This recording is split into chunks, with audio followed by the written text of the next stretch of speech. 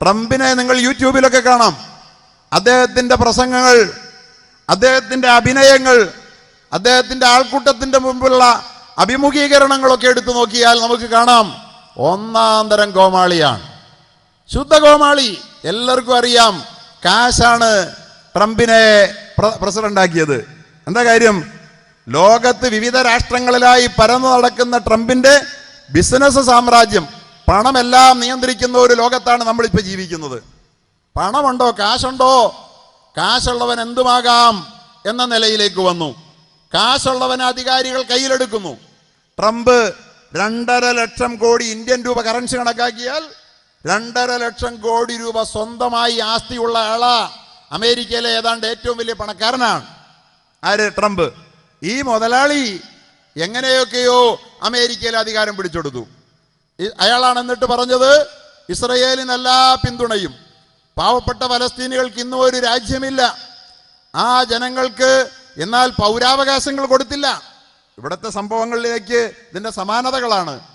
രാജ്യത്ത് അവരെ ഏതെങ്കിലും കാരണവശാൽ എങ്ങനെ, അവർക്ക് രാഷ്ട്രമില്ലെങ്കിൽ പോകട്ടെ, അവിടെ ജീവിച്ച് അവിടെ ജനിച്ചവർക്ക് പൗരാവകാശം കൊടുക്കണ്ടേ? ഇവിടത്തെ പോലെ ഇന്ന് നാം അഭിമുഖീകരിക്കുന്നത് പോലുള്ള പ്രതിസന്ധി പൗരാവകാശം നിഷേധിച്ചു ഇസ്രയേൽ. ആ ഇസ്രയേലുമായി ചേർന്ന് അതുപോലെ തന്നെ ഇന്നിപ്പോ ആ 2 പേരുമാണ് ദൗർഭാഗ്യവശാൽ നമ്മുടെ രാജ്യത്തിന്റെ പ്രധാനമന്ത്രിയുടെ കൂട്ടുകാരന്മാർ. 2 പേരാ. ഒന്ന് ട്രംപ് ജി, രണ്ടാമത്തേത് നമ്മുടെ നെതന്യാഹു ജി, മൂന്നാമത്തേത് നമ്മുടെ മോഡി ജി. ഈ 3 ആളുകളും കൂടി ചേർന്ന് നമ്മുടെ രാജ്യത്ത് ലോകത്ത് നടപ്പിൽ വരുത്തിക്കൊണ്ടിരിക്കുന്ന അക്രമപരമായ പ്രവർത്തനങ്ങൾ, അമേരിക്ക ഐക്യരാഷ്ട്രസഭയെ കരുവാക്കിക്കൊണ്ട് ട്രംപ് കളിക്കുന്ന കളി, അമേരിക്ക കളിക്കുന്ന കളി, ഫലസ്തീനുകൾക്കെതിരിൽ ഇസ്രയേൽ കളിക്കുന്ന കളി, അതിന് സമാനമായ ഒരു കളി നമ്മുടെ ഇന്ത്യ രാജ്യത്ത് നിന്ന് കളിക്കാൻ നമ്മുടെ പ്രധാനമന്ത്രിയെ നിയന്ത്രിക്കുന്ന അതിൻ്റെ രാഷ്ട്രീയ പ്രസ്ഥാനവുമൊക്കെ കൂടി ചേർന്ന് നടത്തിക്കൊണ്ടിരിക്കുന്ന ചില ഇടപെടലുകളുടെ ആഘാതമാണ് നമ്മൾ ഇന്ന് നമ്മുടെ രാജ്യത്ത് അനുഭവിച്ചുകൊണ്ടിരിക്കുന്നത്. രാജ്യത്തിനോ ദ്രോഹകരമല്ലാത്ത മറ്റ് രാജ്യങ്ങളുടെ പ്രശ്നങ്ങളിൽ ഒരു രാജ്യം ഇടപെടാൻ ശ്രമിക്കുക, അതോടൊപ്പം തന്നെ മറ്റ് രാജ്യങ്ങളിൽ ആധിപത്യം ഉറപ്പിക്കാൻ ശ്രമിക്കുക. അതിന് നമുക്കിന്നറിയാവുന്ന കൃത്യമായ പദമാണല്ലോ സാമ്രാജ്യത്വം. ലോകം മുഴുവൻ തൻ്റെ സാമ്രാജ്യം വ്യാപിപ്പിക്കുക എന്ന ലക്ഷ്യത്തോടെ അമേരിക്കയും ആ അമേരിക്കയ്ക്ക് ആശയസ്രോതസ്സായി വർത്തിക്കുന്ന ഇസ്രയേലും ഒക്കെ ചേർന്നുകൊണ്ട് ലോകത്ത് സൃഷ്ടിച്ചുകൊണ്ടിരിക്കുന്ന മാരകമായ പ്രതിസന്ധികൾ വളരെ ആഴമുള്ളതാണ്. അത് നമ്മളൊക്കെ ഇന്ന് കണ്ടും അനുഭവിച്ചും കൊണ്ടിരിക്കുകയാണ്.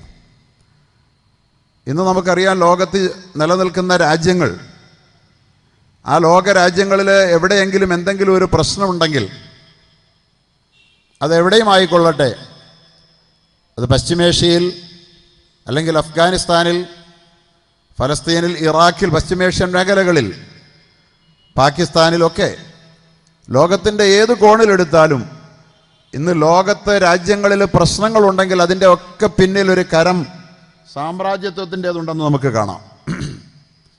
അമേരിക്കയുടെ ലോകാധിപത്യ മനോഭാവത്തിൻ്റെ സാക്ഷാത്കാരത്തിന് വേണ്ടി ജനങ്ങളെയും രാഷ്ട്രങ്ങളെയും തമ്മിലടിപ്പിക്കുന്ന, ചേരിതിരിക്കുന്ന പ്രയാസകരമായ അനുഭവത്തിൻ്റെ ആഘാതങ്ങൾ ലോകമാകെ ഏറ്റുവാങ്ങിക്കൊണ്ടിരിക്കുമ്പോൾ അതിൻ്റെ പ്രതിസന്ധികൾ ലോകത്ത് മുഴുവനും പ്രതിസന്ധിയുണ്ട്.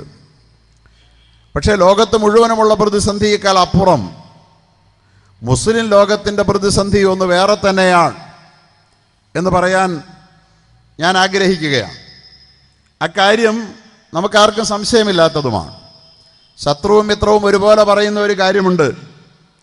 മുസ്ലിമീങ്ങൾക്ക് എന്താ ഇത്ര വലിയ പ്രതിസന്ധി? മുസ്ലിമീങ്ങളാകെ പ്രതിസന്ധിയിലാണ്. സംശയമില്ലാത്ത കാര്യമാണ്. അതിനിടയിൽ ചില ചോദ്യം ഉയർന്നു വരുന്നുണ്ട്. ഇസ്ലാം മതവും മുസ്ലിങ്ങളും അത്ര നല്ല പുള്ളികളാണെങ്കിൽ, നല്ലവരാണെങ്കിൽ, ലോകത്ത് ഇത്രയും പ്രയാസവും പ്രതിസന്ധിയും മുസ്ലിങ്ങൾക്ക് വരാൻ എന്താ കാരണം? അങ്ങനെ വന്നുകൂടാത്തതല്ലേ എന്ന് ചോദിക്കുന്നവരുമുണ്ട്. ഇനി കഴിഞ്ഞ ദിവസം യൂട്യൂബിൽ ചില പ്രശ്നങ്ങളൊക്കെ, സമകാലിക പ്രശ്നങ്ങളോട് പ്രതികരിച്ചുകൊണ്ടൊക്കെ പറയും. അതിൻ്റെ അടിക്കുറിപ്പായി വരുന്ന പല കമൻറ്റുകളും വായിക്കുമ്പോൾ അതിലൊക്കെ ചോദിക്കുന്നത്, മുസ്ലിമീങ്ങൾ നല്ലവരാണെങ്കിൽ അവർക്ക് മാത്രം ലോകത്തെന്താ അത്ര പ്രശ്നം എന്നൊരു ചോദ്യം ലോകത്തുയർന്നു വരുന്നുണ്ട്. സഹോദരങ്ങളെ, ഇതൊക്കെ ചോദ്യങ്ങളാണ്, ജനങ്ങൾക്ക് സ്വാഭാവികമായും തോന്നിപ്പോകുന്ന ചില ചോദ്യങ്ങളാണ്. ചില ആളുകൾ ബോധപൂർവം ആ ചോദ്യങ്ങളെ ലോകത്തിൻ്റെ മുമ്പിൽ ഉയർത്തി വിടാൻ ശ്രമിക്കുന്നുമുണ്ട്. ഒരു കാര്യം വളരെ വ്യക്തമായി പറയാൻ ആഗ്രഹിക്കുകയാണ്.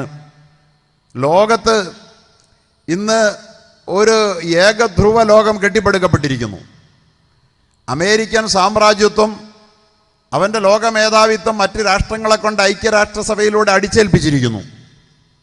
തൻ്റെ ഇഷ്ടത്തിന് വിരുദ്ധമായതൊന്നും ലോകത്ത് നടന്നുകൂടാ. ഐക്യരാഷ്ട്രസഭയിൽ വീറ്റോ പവർ ഉപയോഗിക്കുന്നു. വീറ്റോ പവർ ഉപയോഗിക്കുകയാണ്. ഐക്യരാഷ്ട്രസഭയിലെ 198 അംഗരാഷ്ട്രങ്ങൾ എല്ലാം കൂടി ചേർന്നൊരു കാര്യം തീരുമാനിച്ചാൽ അത് ലോക സാമ്രാജ്യത്വത്തിൻ്റെ അപ്പോസ്തലനായ തലവനായ അമേരിക്കയ്ക്ക് ഹിതകരമല്ലെങ്കിൽ അവനതിനെ വീറ്റോ ചെയ്യും. അവിടെ നീതി ന്യായവും പ്രശ്നമല്ല. ചുരുക്കത്തിൽ ലോകത്ത് നീതിക്കല്ല സ്ഥാനം, പിന്നെന്തിനാ? ആയുധ കൂമ്പാരത്തിനാണ്, കയ്യൂക്കിനാണ് കാര്യം എന്ന ഒരു സംസ്കാരം നാം ജീവിച്ചുകൊണ്ടിരിക്കുന്ന ലോകത്ത് ഇന്ന് സാമ്രാജ്യത്വം വ്യാപിപ്പിച്ചുകൊണ്ടിരിക്കുകയാണ്. കയ്യൂക്കുള്ളവൻ കാര്യക്കാരൻ എന്നുള്ളത്, പ്രിയപ്പെട്ടവരെ, ഇന്നലകളിൽ കാട്ടിലെ കരിനിയമമായി നമ്മൾ തള്ളിക്കളഞ്ഞതായിരുന്നു. കയ്യൂക്കുള്ളവൻ കാര്യക്കാരൻ എന്നുള്ളത് കാട്ടിലെ കരിനിയമമാണ്. അത് നാട്ടിലുള്ളതല്ല, അത് മനുഷ്യർക്കുള്ളതല്ലെന്ന് പറഞ്ഞ് മാനവരാശി നിരാകരിച്ച ആ കയ്യൂക്കുള്ളവൻ കാര്യക്കാരൻ എന്ന ആശയത്തിന് ഇന്ന് ഐക്യരാഷ്ട്രസഭയുടെ സമ്പൂർണ്ണ പിൻബലമുണ്ട് എന്ന് വരുമ്പോൾ ലോകത്ത് നിലനിൽക്കുന്നത് നീതിയാണോ? നമ്മൾ പ്രശ്നത്തെ ശരിയായ അർത്ഥത്തിൽ വിലയിരുത്തണം.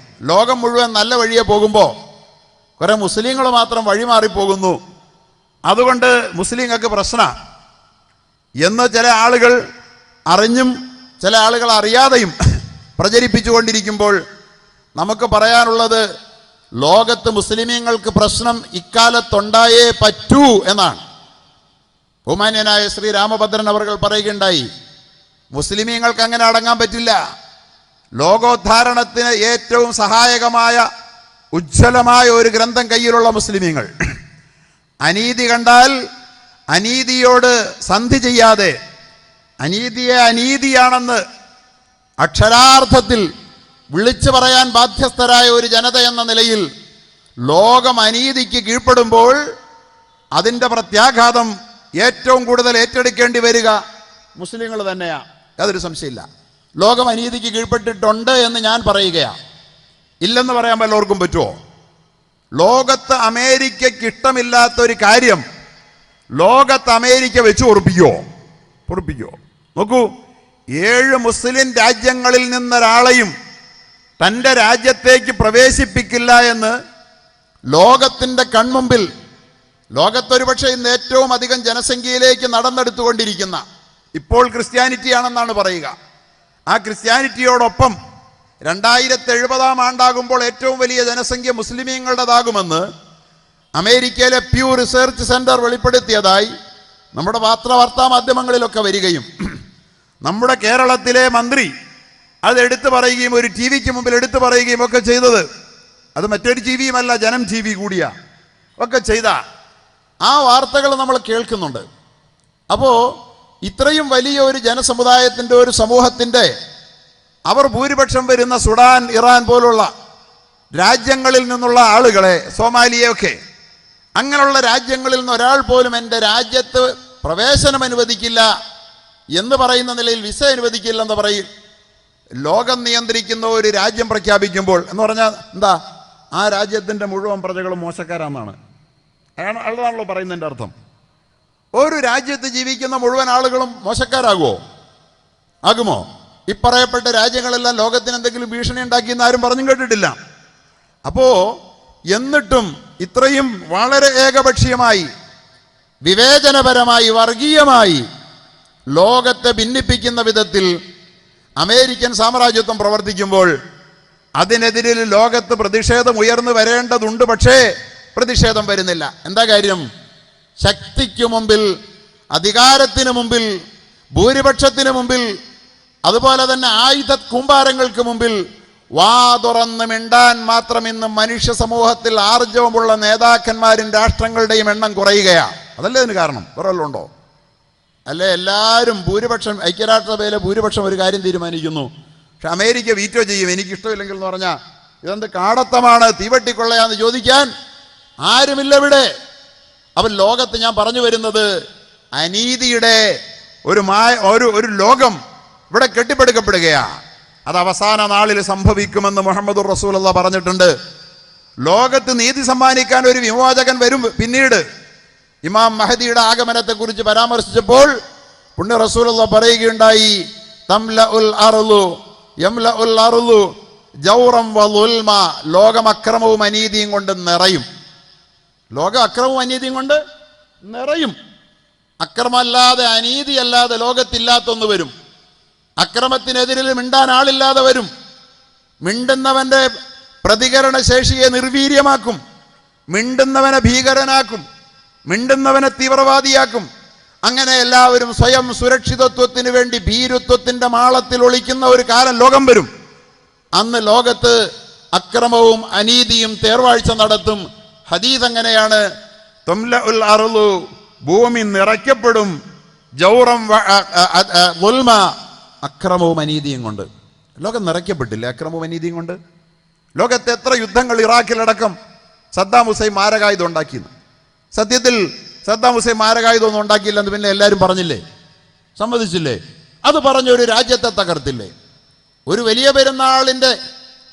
പെരുന്നാളിൻ്റെ മുസ്ലിം ലോകം ആദരണീയമായി കാണുന്ന, മുസ്ലിം ലോകത്തിന്റെ ആഘോഷ ദിനമായ ഒരു ബലിപെരുന്നാളിന്റെ സുദിനത്തിൽ തിക്രീറ്റിന്റെ തെരുവിൽ, സദ്ദാം ഹുസൈനിന്റെ ജന്മദേശമായ തിക്രീറ്റിന്റെ തെരുവിൽ ആ രാജ്യത്തെ 25 കൊല്ലം ജനങ്ങൾ തെരഞ്ഞെടുത്ത് ആ രാജ്യത്തിന്റെ അധികാരിയായിരുന്ന ഒരു ഭരണാധികാരിയെ, അദ്ദേഹം ആരോ 10-800 പേരെ, കുർദുകളെയോ ആരെയോ അദ്ദേഹം കൂട്ട കശാപ്പിന് വിധേയമാക്കി എന്ന ന്യായം പറഞ്ഞ്, അമേരിക്ക കൂട്ട കശാപ്പൊന്നും ആരെയും ചെയ്യുന്നില്ലല്ലോ, അല്ലേ?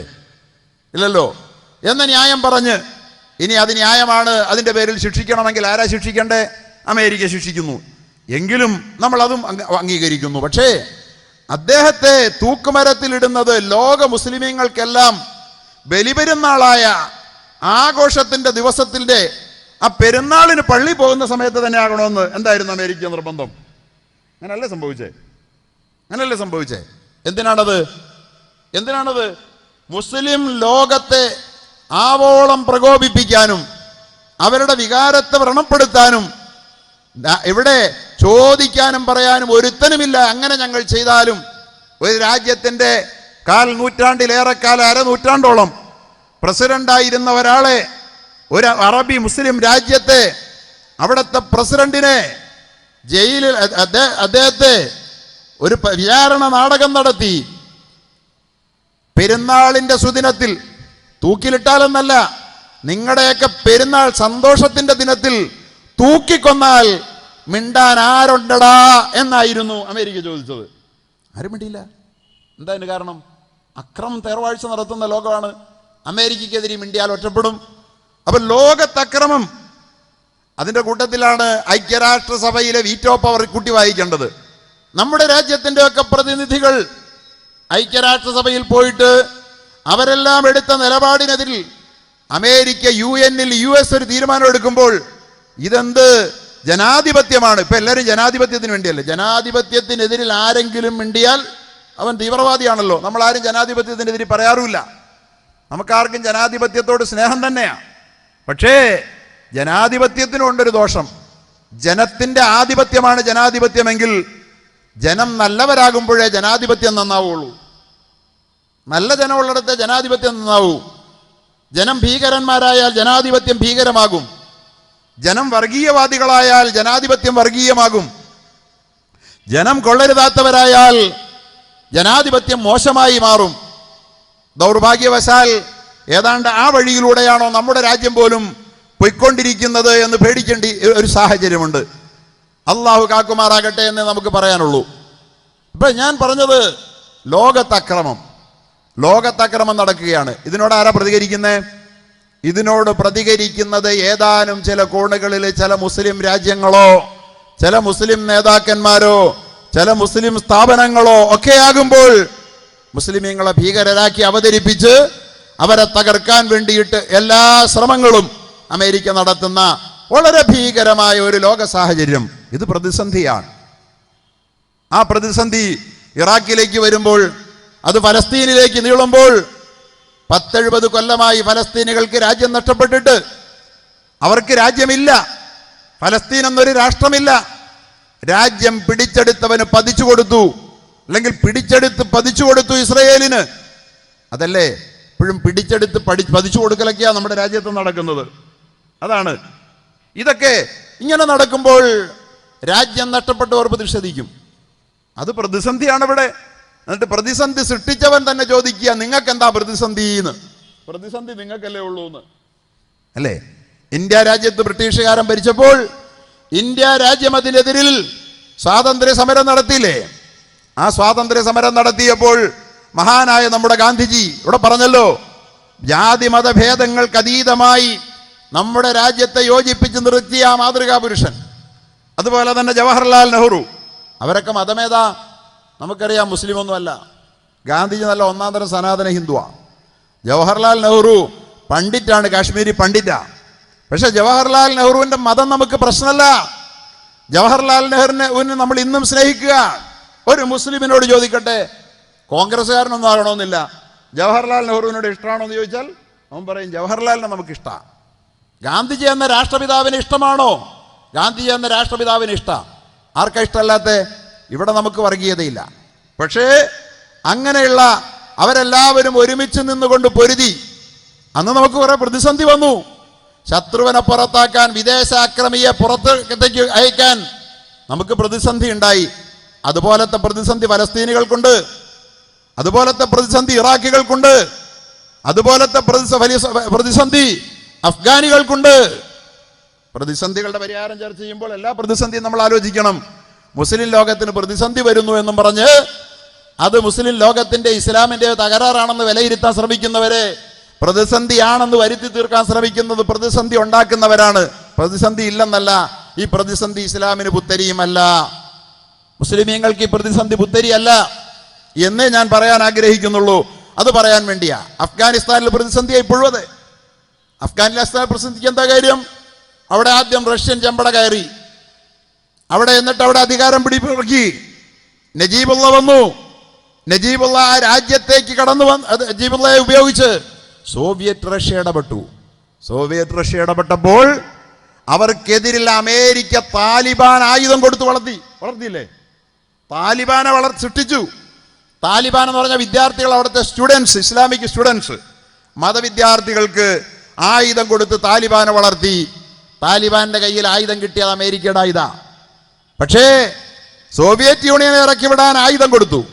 സോവിയറ്റ് യൂണിയൻ പോയി കഴിഞ്ഞപ്പോൾ, സോവിയറ്റ് യൂണിയൻ ഇറക്കി വിട്ടപ്പോൾ അവിടെ സഹായത്തിനെത്തിച്ചേർന്ന അമേരിക്കൻ പട്ടാളം അവിടെ നിലയുറപ്പിച്ചപ്പോൾ, ഞങ്ങളുടെ രാജ്യം ഞങ്ങൾക്ക് വേണം, നിങ്ങൾ പോകണം പുറത്തെന്ന് പറഞ്ഞപ്പോൾ അമേരിക്കയുടെ സാമ്രാജ്യത്വം അവർക്കെതിരിൽ തിരിസന്ധിയായി. നമ്മൾ വായിച്ചിട്ട് ഇസ്ലാം പ്രതിസന്ധിയുടേതാണ്, ഇസ്ലാമിന് അതിജീവനം സാധ്യമല്ല എന്ന് വരുത്തി തീർക്കാൻ ശ്രമിക്കുമ്പോൾ, പ്രതിസന്ധികൾ ഉണ്ടെന്നുള്ളത് സത്യമാണെങ്കിലും അതിനെ പ്രവാചക പാതയിലൂടെ അതിജീവിക്കാമെന്നുള്ളത് ലോക ചരിത്രത്തിന്റെ പാഠമാണ് എന്ന് പറയാൻ ഈ സന്ദർഭം ഞാൻ ആഗ്രഹിക്കുക. ഇവിടെ നമുക്കിന്ന് 2-3 പ്രശ്നങ്ങൾ നമ്മൾ വേട്ടയാടുകയാണ്. നമ്മുടെ രാജ്യത്തെ ആൾക്കൂട്ട കൊലപാതകങ്ങൾ അരങ്ങേറിക്കൊണ്ടിരിക്കുന്നു. ആരാണ് ആൾക്കൂട്ട കൊലപാതകം നടത്തുന്നത്? നമ്മുടെ രാജ്യത്തിന്റെ അധികാര കസേരയിലിരിക്കുന്ന ആളുകളുടെ പിന്തുണയോടെ. എന്തിന്റെ പേരിലാണ്? മനുഷ്യൻ കഴിക്കേണ്ടുന്ന ഭക്ഷണം എന്താണെന്ന് തീരുമാനിച്ച് ബീഫ് കഴിച്ചൂടാ. ബീഫ് കഴിച്ചൂടെന്ന് മാത്രമല്ല, ബീഫ് കച്ചവടം നടത്തിക്കൂടാ. നമ്മുടെ രാജ്യത്ത് ഇതൊക്കെ ആകാമായിരുന്നു ഇന്നലകളിൽ. ബീഫ് കഴിക്കാൻ മേല, ബീഫ് കച്ചവടം നടത്താൻ പാടില്ല. അത് കഴിക്കുന്നവനെ തെരഞ്ഞു പിടിച്ച് കഴിക്കാത്തവനെയും കഴിക്കുന്നവനാക്കി മാറ്റിക്കൊണ്ട്, അതുപോലെ തന്നെ അത് കച്ചവടം നടത്തുന്ന ആളുകൾ എത്രയോ കാലങ്ങളായി ബീഫിന്റെ കച്ചവടം ഇവിടെ നടക്കുക. അവരൊക്കെ തെരഞ്ഞു പിടിച്ച് വളഞ്ഞു വെച്ച് രാജ്യമൊട്ടാകെ ആൾക്കൂട്ട കൊലപാതകങ്ങൾ നടത്തിക്കൊണ്ടിരിക്കുന്നു. എന്തിനാണ്? ഈ രാജ്യത്തെ ഒരു വിഭാഗം ജനങ്ങളെ ദുർബലപ്പെടുത്താൻ, തകർത്ത് കളയാൻ. അവർക്ക് മുന്നോട്ട് പോകാൻ കഴിയരുതെന്ന് വരാൻ, അവരുടെ അന്തസ്സ് ഹോമിക്കാൻ രാജ്യത്തെ ഒരു വലിയ പ്രതിസന്ധി ആൾക്കൂട്ട കൊലപാതകത്തിൻ്റെതാണിപ്പോൾ, അല്ലേ? പാവപ്പെട്ട മാടുമായി യാത്ര ചെയ്തു പോയ അമ്മാവനെയും മരുമകനെയും രണ്ടുപേരെയും ആൾക്കൂട്ടം തല്ലിക്കൊന്ന് മരത്തിൽ കെട്ടി തൂക്കി. നമ്മുടെ രാജ്യം കണ്ടതാണ്. എന്തൊരു ഭീകരമായ കാഴ്ചയാണത്. 13 വയസ്സ് മാത്രം പ്രായമുള്ള ഒരു കുട്ടിയടക്കം. എന്താണ് അവൻ ചെയ്ത തെറ്റ്? ഒരു ബീഫിനെ കൊന്നെന്നുള്ളതല്ല, ബീഫിനെ വാങ്ങിച്ചുകൊണ്ട് തെരുവിലൂടെ പോയി എന്ന ഒരൊറ്റക്കാർ പോത്തിനെ വാങ്ങിക്കൊണ്ട് പോയെന്ന് പറഞ്ഞുകൊണ്ട് അവനെയും അവന്റെ അമ്മാവനെയും തല്ലിക്കൊന്ന് ഝാർഖണ്ഡിൽ മരത്തിൽ കെട്ടിത്തൂക്കി. ആ മൃതശരീരം മരത്തിൽ തൂങ്ങിയാടുന്ന കാഴ്ച നമ്മുടെ ഭാരതം കണ്ടു. അത് നടന്നത് ഈ രാജ്യം ഭരിക്കുന്ന പാർട്ടിയുടെ ഭരണത്തിന് കീഴിലാണ്. രാജ്യം ഭരിക്കുന്ന പാർട്ടി തന്നെയാണ് ഝാർഖണ്ഡിലുമുള്ളത്. ഈ രണ്ടുപേരും അതിനെതിരെ നടപടിയെടുക്കുന്നില്ല. അത് തെറ്റാണെന്ന് പറയാനൊന്നും മിണ്ടാൻ പോലും നമ്മുടെ രാജ്യത്തിന്റെ പ്രധാനമന്ത്രി തയ്യാറാകുന്നില്ല. പ്രതിസന്ധി സൃഷ്ടിക്കുകയാണ് എന്ന് പറഞ്ഞാൽ എൻ്റെ വിശ്വാസം, എൻ്റെ ഭക്ഷണം, അതൊക്കെ കഴിഞ്ഞിട്ടേ ഉള്ളൂ ഈ രാജ്യത്ത് മറ്റാർക്കും അവകാശങ്ങളുള്ളൂ എന്ന് പറഞ്ഞുകൊണ്ട് സൃഷ്ടിക്കപ്പെടുന്ന പ്രതിസന്ധി. ഈ ഒരു പ്രതിസന്ധി ഉണ്ട്. കൊല്ലുകയാണ് മനുഷ്യനെ. രണ്ടാമത് മനുഷ്യരെ ഇവിടെ നിന്ന് ആസമിലുള്ളതുപോലെ, അസം എന്താണ് പ്രശ്നം? അവനെ നാട് കടത്തുക. രാജ്യത്തെ പൗരന്മാരായി ഇന്നലകളിൽ പതിറ്റാണ്ടുകളായി ഈ രാജ്യത്ത് ജനിച്ചു ജീവിച്ചവർ, അതോടൊപ്പം തന്നെ നമ്മുടെ ഒന്നായി നിന്ന ഇന്ത്യ, ബംഗ്ലാദേശ്, പാകിസ്ഥാൻ, ഇന്ത്യ എന്നൊക്കെ പറയുമ്പോൾ ഇന്ന് നമുക്ക് 3 രാജ്യമാണ്. പക്ഷെ ഈ രാജ്യം 3 അല്ല, നമ്മുടെ അഖണ്ഡ ഭാരതത്തിന്റെ ഭാഗമാണ്. ഒന്നായി നിന്ന നമ്മുടെ ഇന്ത്യയെ സ്വാതന്ത്ര്യം നമ്മൾ വിദേശികളോട് ചോദിച്ച് മേടിച്ചപ്പോൾ ബ്രിട്ടീഷുകാരെ പുറത്താക്കിയതിന്റെ പക തീർക്കാൻ വേണ്ടി നമുക്കൊരിക്കലും സ്വൈരത്തോടു കൂടി ജീവിക്കാൻ കഴിയാതിരിക്കാൻ ആ സ്വാതന്ത്ര്യം കിട്ടിയ അന്നത്തെ രാത്രിയിൽ നമ്മളെ 2 രാജ്യമാക്കി വിദേശികൾ വെട്ടിപ്പിളർന്നു, അല്ലേ? പക്ഷേ ഒരു കാര്യം വളരെ വ്യക്തമായി പറയാൻ ആഗ്രഹിക്കുക. ഇതൊന്നും കൊണ്ട് ഈ പ്രതിസന്ധികൾ കണ്ട് പതറേണ്ടവരല്ല മുസൽമാൻ. അതാണ് ഞാൻ പറയാൻ ആഗ്രഹിക്കുന്നത്. കാരണം ഇവിടെ മുസ്ലിമിന് സ്വർഗമായിരിക്കുമെന്ന് അള്ളാന്റെ റസൂൽ പറഞ്ഞിട്ടില്ല. ഇവിടെ അങ്ങ് മുസ്ലിമായാൽ ഇവിടെ സ്വർഗം കിട്ടുമെന്ന് ചില ആളുകൾ പറയാറുണ്ട്. മുസ്ലിമായിട്ട് എന്തേ ഇവിടെ സ്വർഗമില്ലാത്ത എന്ന് ചോദിക്കുന്നുണ്ട്. മുസ്ലിമിന് സ്വർഗം കിട്ടുന്നത് മരണാനന്തര ജീവിതത്തിലാണ്. അദ്ദുന്യാ സിജുനുൽ മുഅ്മിനി വജന്നത്തുൽ കാഫിർ. ഈ ഭൗതിക ലോകം എന്നുള്ളത് സത്യവിശ്വാസിക്കൊരു തടവറയാണ്, ഒരു വിശാല ജയിലാണെന്ന് മുഹമ്മദ് മുസ്തഫ സല്ലല്ലാഹു അലൈഹി വസല്ലം പറഞ്ഞിട്ടുണ്ട്. ഒരു വിശാല ജയില, തുറന്ന ജയില എന്ന് പറഞ്ഞാൽ മറ്റുള്ളവർക്കുള്ളത്ര സ്വാതന്ത്ര്യം മുസ്ലിമിനോട് ഉണ്ടാവില്ല. പ്രയാസങ്ങളുണ്ടാകും, പ്രതിസന്ധികളുണ്ടാകും, അതേ സ്വാതന്ത്ര്യം ഉണ്ടാകൂല. കാരണം എന്താ? അവന് മറ്റുള്ളവർക്ക് കഴിക്കാവുന്നതെല്ലാം മുസ്ലിമിന് കഴിച്ചൂടാ, മറ്റുള്ളവർക്ക് കുടിക്കാവുന്നതെല്ലാം മുസ്ലിമിന് കുടിച്ചൂടാ. അങ്ങനെ പലതിലും നിയന്ത്രണങ്ങൾ അച്ചടക്കം പാലിക്കേണ്ട ഒരു മുസ്ലിം ഈ ലോകത്തൊരു തടവറയിൽ എന്ന പോലെ ജീവിക്കുമ്പോൾ വജന്നത്തുൽ കാഫിർ, ഒരവിശ്വാസിക്ക് വിലക്കുകളില്ലാത്ത, തടസ്സങ്ങളില്ലാത്ത ഒരു ലോകമായിരിക്കും ഇവിടെ എന്ന് പുണ്യ റസൂൽ പറഞ്ഞിട്ടുണ്ട്. അതുകൊണ്ട് പ്രതിസന്ധികൾ ഈ ലോകത്ത് വന്നു എന്നത് കണ്ടുകൊണ്ട് ഇസ്ലാമിന്റെ എന്തെങ്കിലും ഒരു കുറവാണ്, ഇസ്ലാമിന്റെ പരാജയത്തിന്റെ സൂചനയാണെന്ന് ആരെങ്കിലും കരുതുന്നുണ്ടെങ്കിൽ എനിക്ക് അവരോട് പറയാനുള്ളത്, പ്രതിസന്ധികളിൽ അല്ലാതെ ഇസ്ലാം ഒരു കാലത്തും വളർന്നിട്ടില്ല, നിലനിന്നിട്ടില്ല, പുരോഗമിച്ചിട്ടില്ല എന്നുള്ളതാണ്.